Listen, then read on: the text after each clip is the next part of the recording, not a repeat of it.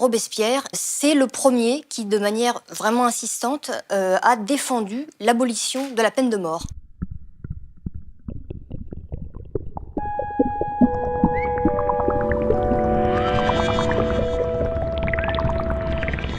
Bonjour à tous, donc je suis venue vous parler de la légende noire du révolutionnaire Maximilien Robespierre.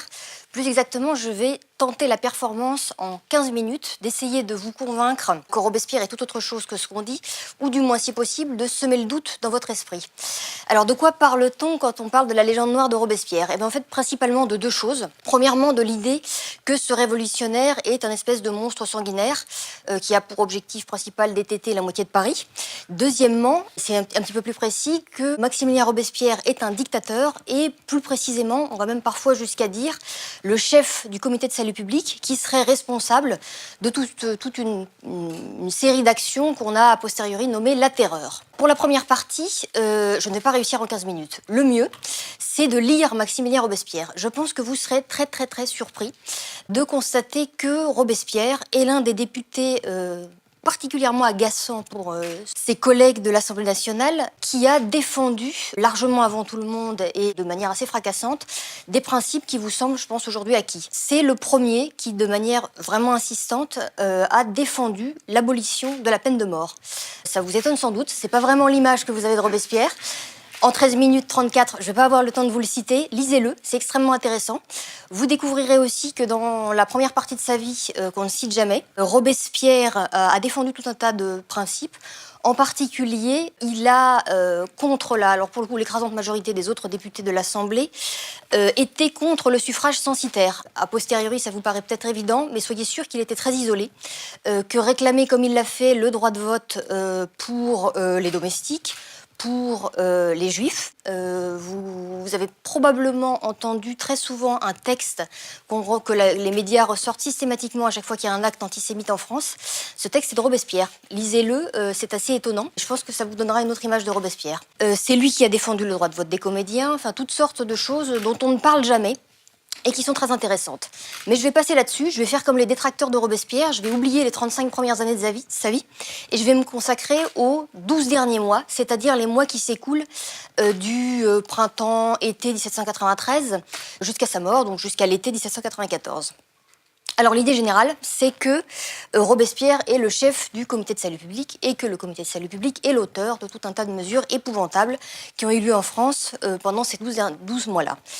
Alors pourquoi ça n'a aucun sens? Alors premièrement, qu'est-ce que c'est que le comité de salut public? Le comité de salut public, c'est tout sauf une institution terroriste autoproclamée qui est arrivée en armes à l'Assemblée pour faire voter des mesures épouvantables. Le comité de salut public, c'est une émanation de l'Assemblée nationale. L'Assemblée nationale s'appelle à ce moment-là la Convention. Et elle a décidé, exactement comme en fait on fonctionne aujourd'hui, de ne pas tout discuter en séance, mais de faire préparer les travaux de l'Assemblée par des petits groupes de députés qui se réunissent en ce qu'on appelle aujourd'hui commission, à l'époque comité, pour préparer le travail. C'est-à-dire qu'ils débattent pendant très longtemps, ils aboutissent à un texte et le texte est discuté en séance. Le comité de salut public n'est rien d'autre que l'une de ces commissions, que l'un de ces comités émanant de l'Assemblée nationale. C'est-à-dire que les députés qui constituent le comité de salut public ne sont pas des tyrans autoproclamés, mais des députés élus par leurs concitoyens et choisis par leurs concitoyens. Alors ce comité de salut public est malgré tout un peu spécial, il faut revenir quand même rapidement sur ce que c'est. L'idée générale, c'est que la France est menacée sur à peu près toutes ses frontières, de l'intérieur, de l'extérieur, au printemps 93, et que à ce moment-là, un député propose de nommer une sorte de petite unité de choc qui est là pour prendre des mesures exceptionnelles en temps de crise. Au départ, c'est-à-dire en début avril 1793, c'est fait pour durer extrêmement peu de temps. L'idée, c'est des mesures choc pendant quelques semaines pour redresser la situation. Alors malgré tout, dans la mesure où on confie à ce comité des pouvoirs assez étendus, c'est très encadré. C'est-à-dire que ce comité rend des comptes très précis à date régulière, mais c'est effectivement des pouvoirs exceptionnels. Robespierre est un membre de ce comité. Alors, il n'a pas été nommé tout de suite, c'est-à-dire qu'il ne fait pas partie du tout début en avril 93, mais il est nommé en juillet 1793, et ce pour un an, jusqu'en 94. Alors, pourquoi le discours habituel, à mon avis, n'a absolument aucun sens? Premièrement, parce que ce comité donc n'est pas autoproclamé, il est le fruit de ce qu'ont décidé les confrères de l'Assemblée nationale. Premièrement. Deuxièmement, ce comité est confirmé tous les mois, c'est-à-dire tous les 30 jours, c'est en l'occurrence 12 personnes, peuvent valser. Tous les 30 jours, pendant un an, en l'occurrence plus d'1 an, les députés ont systématiquement confirmé, ou d'ailleurs pas confirmé, il y a eu des petits changements à l'intérieur du comité de salut public, ces gens-là. Donc dire que le comité de salut public est une espèce d'institution dictatoriale autoproclamée, c'est faux. Ça n'est rien d'autre qu'une émanation de l'Assemblée nationale élue par les citoyens français, qui peut être remise en cause tous les 30 jours et qui n'a jamais été remise en cause tous les 30 jours. Donc on peut peut-être s'interroger si vraiment la majorité des députés avaient été contre, ils avaient l'occasion de le dire et de le dire tous les 30 jours. Ils ne l'ont pas fait.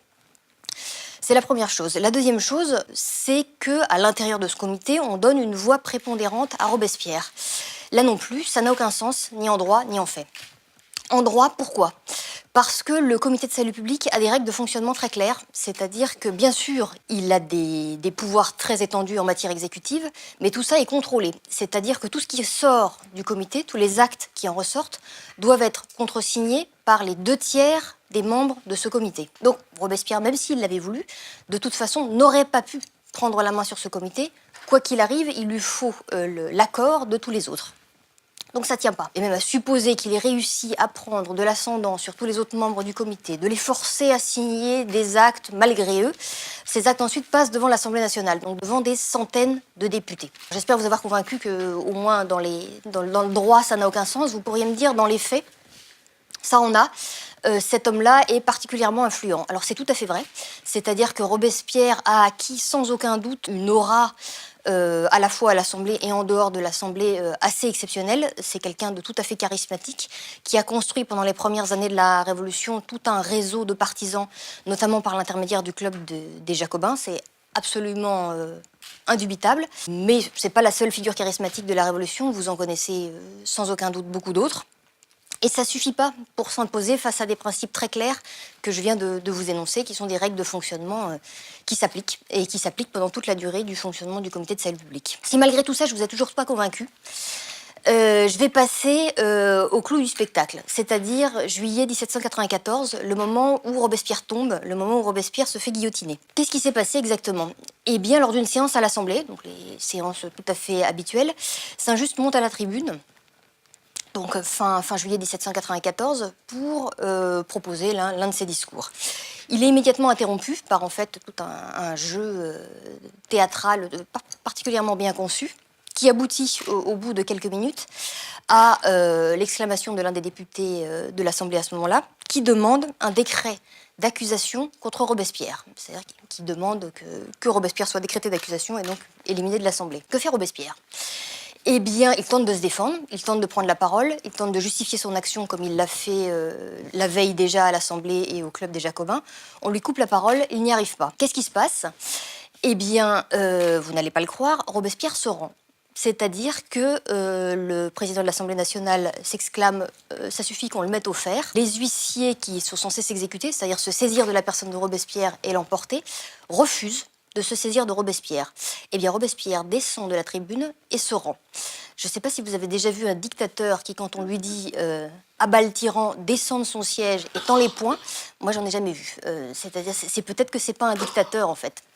C'est peut-être que, tout simplement, c'est sans aucun doute une figure charismatique, mais juste, voilà, une figure charismatique d'un parti qui a perdu en juillet 1794, comme les Brissotins, encore appelés les Girondins, ont perdu au printemps 93, comme les hébertistes, puis les dantonistes ont perdu au début 1794. Robespierre font partie de ceux dont les idées sont balayées en juillet 1794. Alors, ce qui est très intéressant, j'ai pas le temps de développer, mais je suis sûre que vous n'allez pas manquer d'aller voir tous les détails dans ce livre. Robespierre a été renversé, non pas comme on peut le croire par des gens qui étaient persuadés qu'il allait trop loin, mais par une étonnante alliance de la carpe et du lapin, une coalition entre des modérés et l'extrême gauche, c'est-à-dire des gens qui, au sein même du comité de salut public, trouvaient que Robespierre était trop mou et que maintenant il fallait passer à des choses sérieuses et véritablement imposer la révolution, sans quoi les ennemis allaient triompher. On ne le dit jamais, tout simplement parce qu'en fait, dans cette alliance, au bout de, c'est très étonnant, quelques jours, quelques semaines, la faction modérée a complètement pris le pas sur la faction d'extrême gauche, et l'a balayé et fait oublier. Mais je trouve ça assez intéressant de se dire que Robespierre s'est fait renverser par son extrême gauche en partie. Il me reste 4 minutes 29 pour revenir sur deux choses très intéressantes qui sont, je pense, les peut-être les 2 derniers avatars très contemporains de cette légende noire de Robespierre, qui s'est construite. Là aussi, allez le lire, c'est très intéressant. Vraiment, dans les jours qui ont suivi cette exécution. Ces 2 choses, le documentaire que peut-être vous avez vu, parce qu'il a été passé, repassé et repassé sur la télévision publique, qui s'appelle Robespierre, bourreau de la Vendée. Je pense que c'est tout à fait significatif de la légende noire de Robespierre. C'est-à-dire que si vous le regardez, regardez-le bien, regardez toutes les minutes de ce documentaire, vous n'avez aucune preuve. C'est-à-dire qu'à aucun moment, vous n'avez une seule ligne d'aucun texte de Robespierre, aucun morceau de discours qui relie Robespierre à la Vendée. Et il y a une raison simple, c'est qu'il n'y en a pas, en fait. C'est-à-dire que pendant toute la durée du documentaire, vous voyez des choses épouvantables, qui sont sans aucun doute épouvantables, des exactions commises pendant les affaires de la Vendée, mais vous n'avez rien qui relie Maximilien Robespierre à ces mesures-là. C'est parce qu'il n'y en a pas. Mais en fait, c'est pas grave. Parce que c'est pas grave, ça fonctionne comme ça depuis 2 siècles. Il suffit de le répéter en boucle et ça marche très bien. C'est-à-dire vous assénez que c'est le bourreau de la Vendée, sans considération pour les textes pour lesquels il a voté, pour les textes qu'il a écrits, mais il suffit de le dire pour que ça marche. C'est une propagande qui est voilà, particulièrement efficace, mise en place vraiment dès le lendemain de sa mort. Quand je vous dis le lendemain, c'est vraiment le lendemain, c'est-à-dire que l'un de ses collègues, Barère, qui est donc l'un de ses collègues au comité de salut public, monte à la tribune pour l'accuser le lendemain de sa mort. Première chose. Deuxième chose, je crois qu'on ne peut pas passer à côté puisque ça s'est produit il y a quelques semaines, c'est la fameuse affaire de sa tête. Très intéressante. Il y a eu, il y a quelques semaines, avec beaucoup de fracas, l'annonce dans la presse que nous avions reconstitué la tête du tyran. Alors, que la reconstitution soit tout à fait valable, c'est possible. Je connais strictement rien en reconstitution faciale, c'est tout à fait probable que ce soit bien fait. En revanche, que ce soit la tête de Robespierre, je crains que ce soit extrêmement peu probable. Pour toutes sortes de raisons qui, quand vous les alignez, vous allez voir, font beaucoup d'arguments contre. Robespierre, juste après sa mort, a été, comme tout le monde, emmené au cimetière des Érancy. Et on a jeté sur lui de la chaux vive pour éviter, ça va vous surprendre, le culte de la personnalité. Puisque oui, Robespierre est quelqu'un de populaire et ses ennemis ont craint un culte des reliques, complètement classique dans ce genre de cas. Et donc la meilleure solution, en fait, c'est de désintégrer le cadavre pour qu'il n'y ait rien qui reste. Donc la fameuse Madame Tussaud se serait rendue à ce cimetière, aurait réussi à y rentrer, vous imaginez que c'est quand même un tout petit peu surveillé, aurait trouvé la tête, très bien, au milieu de tout le reste. Elle aurait été en bon état malgré la chaux vive jetée dessus, très bien, vous êtes curieux mais d'accord. Elle a récupéré cette tête, très bien, tout ça a survécu pendant des années. Tout ça est peu probable, hein, comme tout le reste des têtes que Madame Tussaud aurait sauvegardé, mais passons. Tout cela serait vrai, ce serait la vraie tête, on la reconstitue. Petit problème, ça ressemble à aucun portrait de Robespierre, aucun. Alors, ni les portraits officiels, c'est-à-dire ceux qui sont, vous l'imaginez, complètement flatteurs pour Robespierre, donc vous le voyez assis à son bureau, très beau, le portrait de Boilly, par exemple. Mais aussi, et là ça commence à devenir un peu plus étonnant, ça ressemble à aucun des portraits à charge. Et alors là, c'est curieux, parce que si effectivement il avait eu la tête toute verroulée, je pense que les journalistes ne se seraient pas privés, hein, comme ils ne se sont pas privés pour tous ces collègues qui avaient ce genre de visage. Ça commence à devenir très très très curieux, j'espère que vous en êtes convaincus. Dernière chose, je vous rappelle que Robespierre a pris une balle dans la mâchoire. Je ne sais pas si vous avez la reconstitution, mais ça ne se voit pas. C'est bizarre aussi quand même, parce qu'il a vraiment pris la balle dans la mâchoire quelques heures avant son exécution. Ça devient curieux. Alors l'explication serait, la balle a été tirée de très loin. Très bien, je ne sais pas comment la personne le sait, puisque les circonstances de sa mort, c'est un assaut. Donc savoir ce qui s'est passé, c'est déjà compliqué. Mais alors savoir à quelle distance a été tirée la balle et qu'elle a été tirée suffisamment loin pour que ça ne laisse aucune marque sur son visage, ça fait beaucoup. Et par ailleurs, c'est balayer d'un revers de main une hypothèse qui est le suicide de Robespierre. Et dans ce cas-là, pour se tirer une balle dans la mâchoire, je crois que la main ne peut pas être à plusieurs mètres. Ça paraît compliqué. Bref, j'espère vous avoir convaincu que peut-être cette reconstitution est tout à fait conforme à la tête qui a été retrouvée, mais je crois que c'est pas celle de Robespierre. Tout ça pour vous dire que la légende noire est tenace, continue à reposer sur des choses assez faibles, qui sont en fait, à mon avis, une attaque contre les idées de Robespierre, que je vous invite à lire, parce que je crois que vous serez très très étonnés.